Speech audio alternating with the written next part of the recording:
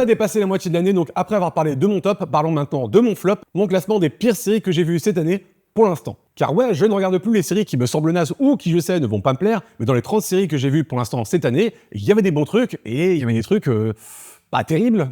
Et commençons par le retour de la série Zodiac. C'est vraiment tout ce que je déteste dans les séries. On nous raconte un truc qu'on nous a déjà raconté 40 000 fois, raconté exactement de la même manière, mais en plus, comme si on était un gros débile, à qui il faut constamment rappeler qu'est-ce qu'on sait et qu'est-ce qu'on sait pas, et parfois même qu'est-ce qui vient tout juste de se dire dans la scène précédente. En plus, la mise en scène, elle est soit plate, soit elle en fait des turbo-caisses. Et bien sûr, tous les acteurs cabotinent, sauf bien sûr Francis Huster. Non, vraiment, regardez pas ça, c'est vraiment nul. Young Sherlock, saison 1.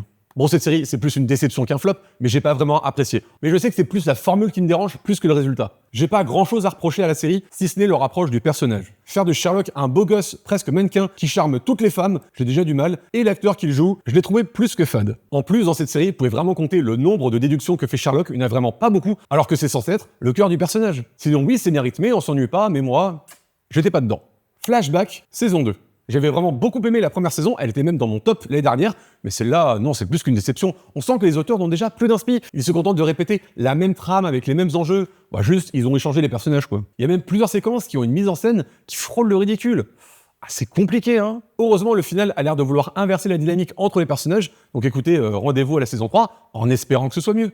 Citadel, saison 2. Après une première saison qui avait eu un budget monstrueux pour un résultat assez nul, cette saison 2 nous prouve que c'est une série... inexistante. Non, sérieusement, cette série n'est qu'un étalage de poncifs, tant en univers qu'en histoire qu'en construction de personnages. Elle n'est jamais assez sérieuse pour qu'on s'intéresse vraiment aux enjeux qu'elle pose, ni jamais assez drôle pour qu'on la prenne juste comme un joyeux bordel. Et vraiment, je sais pas quoi dire d'autre, hein, c'est sans âme, sans identité, sans personnalité, c'est vide.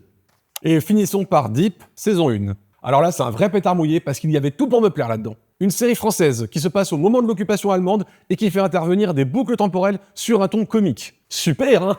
Bah non. Ça part dans tous les sens, il y a beaucoup de ruptures de ton qui fait qu'on est complètement perdu face à ce qu'on regarde, et donc tout ça devient très vite une suite de sketchs enrobés d'une intrigue, mais qu'on n'a même plus envie de suivre. Donc ouais, une belle déception. Est-ce que cette liste va rester comme ça jusqu'à la fin de l'année? Écoutez, je pense pas parce que je suis en train de regarder certaines séries, et vous inquiétez pas, il y a d'autres séries nazes dont je pourrais vous parler quand j'aurai fini de les regarder entièrement.